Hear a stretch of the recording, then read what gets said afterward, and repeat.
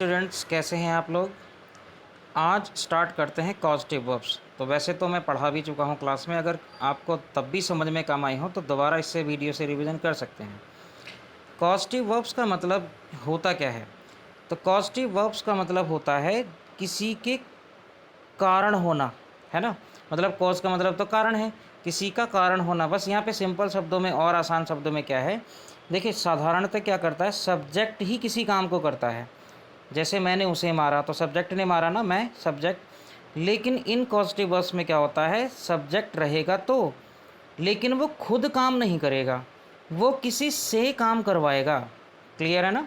Subject खुद काम नहीं करेगा, यानी अगर उसे मान लो पीटना है तो वो पीटेगा नहीं, वो किसी और को पकड़ेगा और उससे इस ऑब्जेक्ट को क्या कर देगा, पिटवा देगा। यानी सब्जेक्ट काम करेगा नहीं, किसी और से करवाएगा।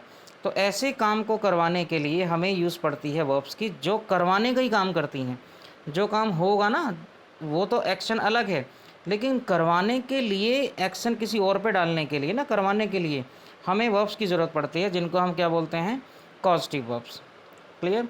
तो कॉजेटिव वर्ब्स क्या होती हैं, जब हमें काम यानी सब्जेक्ट को काम खुद ना करना हो, किसी और से करवाना हो, तो वो वर्ब यूज़ होती है जिसको बोला जाता है कॉजेटिव वर्ब्स। और ये वर्ब्स मेन कौन कौन सी होती हैं, हैव, गेट और मेक। यहाँ पे और भी आसान चीज़ ये है कि हैव और गेट ये दोनों ही सेम है इस समय जो मैं समझाने वाला हूँ। लिविंग ऑब्जेक्ट को छोड़कर, यानी नॉन लिविंग ऑब्जेक्ट अगर होगा तो हैव और गेट में कोई डिफरेंस नहीं है। चाहे आप हैव को यूज़ करें, चाहे आप गेट को यूज़ करें, कोई भी डिफरेंस नहीं होगा। तो चलिए एक एक करके इनको समझते हैं। जो हैव और गेट है, यहाँ और मेक में एक बहुत ही बड़ा डिफरेंस है, जो शायद आपने कभी ध्यान ना दिया हो। मैं बताता हूँ, है ना। पहली बात तो ये है कि हैव और गेट किसी ऑब्जेक्ट पे काम करवाते हैं, जरूर इसमें कोई मतलब नहीं है करवा किससे रहे हैं। क्लियर है ना। जबकि मेक, मेक के बाद जो ऑब्जेक्ट होता है उसी से काम करवाया जाता है। यानी इसके बाद, इसीलिए यही कारण है कि मेक के बाद हमेशा लिविंग ऑब्जेक्ट आता है, और हैव और गेट के बाद जो दे रखा है हमने यहाँ पे केवल दे रखा है, वो कैसा ऑब्जेक्ट दे रखा है, नॉन लिविंग। यानी हैव और गेट जिस ऑब्जेक्ट को अपने साथ ले रखे हैं उसी पे काम करवाएंगे, जिससे करवाएंगे वो इम्पॉर्टेंट नहीं है। जबकि मेक के बाद ऑब्जेक्ट होगा non living, sorry living, non living नहीं, लिविंग। इसका मतलब ये है कि मेक इस वाले लिविंग ऑब्जेक्ट से, यानी कर्ता से एक और है जिसमें, उससे काम करवाएगा। काम तो वो भी करवाएगा लेकिन उसी से करवा देगा वो। क्लियर है। यानी यहाँ पे क्रिस्टल क्लियर डिफरेंस समझ लीजिए। हैव और गेट काम तो करवाएंगे ऑब्जेक्ट पे, ज़रूरी नहीं है किससे करवा रहे हैं उसका पता करें। मेक हमेशा उसको साथ में लेके चलेगा जिससे काम करवाएगा। क्लियर है। तो ये डिफरेंस एकदम क्रिस्टल क्लियर होना चाहिए आपको। अब नेक्स्ट क्या है, इसको एक एक करके पढ़ लेते हैं। अब हैव या गेट अगर है, उसके बाद ये कौन सा स्ट्रक्चर है, केवल नॉन लिविंग ऑब्जेक्ट्स के लिए। तो सब्जेक्ट होगा, उसके बाद करवाने के लिए चाहे हम हैव यूज़ कर लें या है गेट यूज़ कर लें। इसमें बात एक और ध्यान रखनी है आपको कि जो चेंज होगा ना टेंस के हिसाब से, एनी टेंस जो होगा, यानी किसी भी टेंस के हिसाब से खुद को जो चेंज करेगा वो कौन करेगा, या तो हैव या गेट, जो भी आप यूज़ करते हैं। ऐसा नहीं होगा आप इसमें चेंज कर दें थर्ड फॉर्म में, है ना, आप इसमें चेंज नहीं कर सकते। यानी स्ट्रक्चर क्या है, सब्जेक्ट करवाएगा ऑब्जेक्ट पे कोई काम।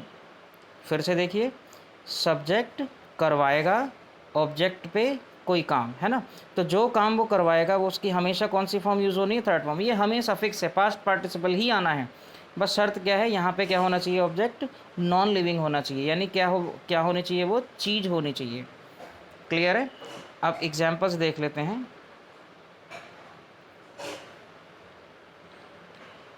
जॉन हैड, ये पास्ट इंडेफिनिट है सेंटेंस, तो वर्ब का सेकंड फॉर्म है। देखिए गेट में ही चेंज हुआ ना, हैव में चेंज हुआ, ये भी वर्ब का सेकंड फॉर्म है।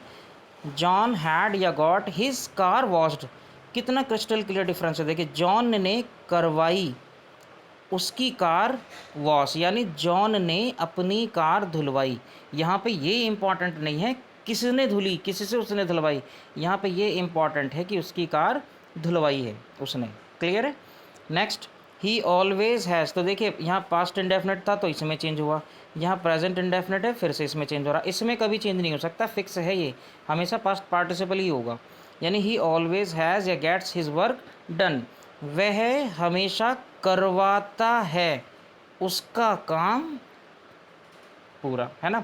यानी वह हमेशा उसका काम करवाता है, यानी क्या है, वो खुद नहीं करता, ये किसी और से करवाता है। Clear.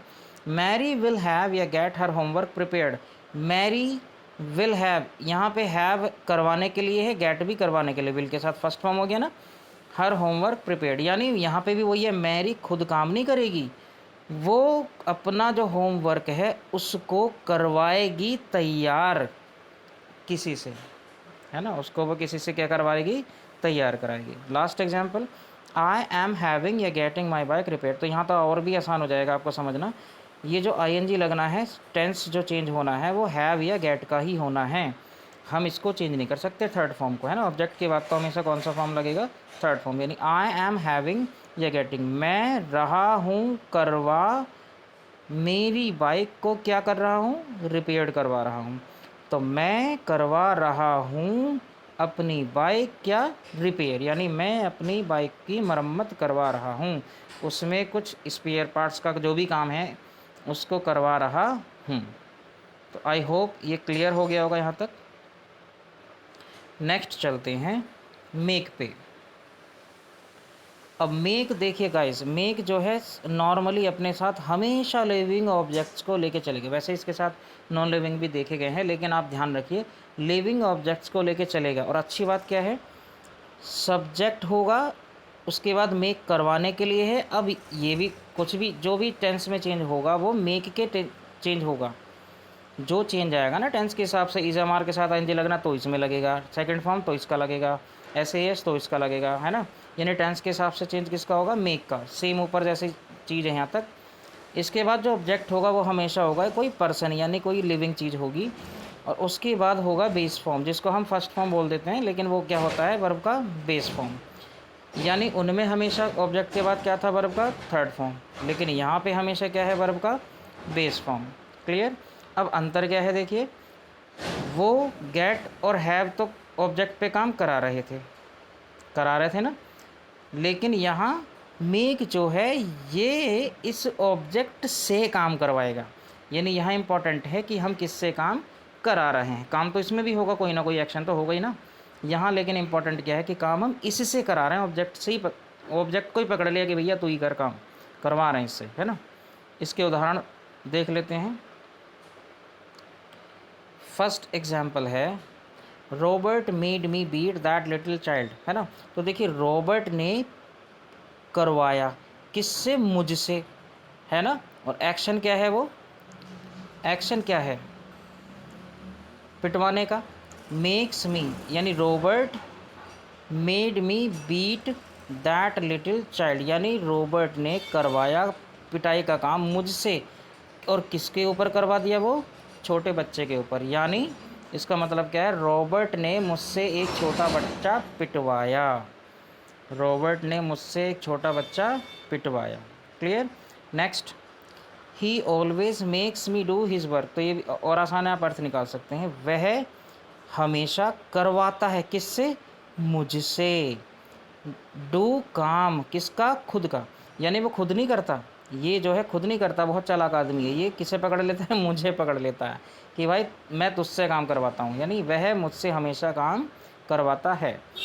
Next, Mary will make me prepare her homework, तो मैरी का भी यही हाल है भैया, मैरी जो है करवाएगी मुझसे तैयार, क्या करवाएगी तैयार, अपना होमवर्क, मैरी मुझसे अपना होमवर्क तैयार करवाएगी। और last sentence, he makes me laugh, sorry ये गलत हो गया है, LAUGH, ये टाइपिंग मिस्टेक हो गई, he makes me laugh when ever I am down, तो वह खुद नहीं हंसता, वह हंसाता है किसे, मुझे, वह करवाता है मुझसे हंसने का काम, यानी वह मुझे हंसाता है जब भी मैं उदास होता हूँ। तो गाइस ये बहुत ही इजी डिफरेंस था, आई होप आपको समझ में आ गया होगा। अब भी अगर कोई डाउट है तो कमेंट में ज़रूर लिख दीजिए, पर्सनली मैसेज कर दीजिए जो मेरे स्टूडेंट्स हैं, है ना। बाकी बहुत इजी है, और उदाहरण आप प्रैक्टिस करेंगे तो आपको क्लियर हो जाएगा। चैनल को सब्सक्राइब करना बिल्कुल ना भूलें, लाइक और शेयर बिल्कुल करें अगर आपको वीडियो समझ में आती हैं और अच्छी लगती हैं। तब तक के लिए बाय बाय।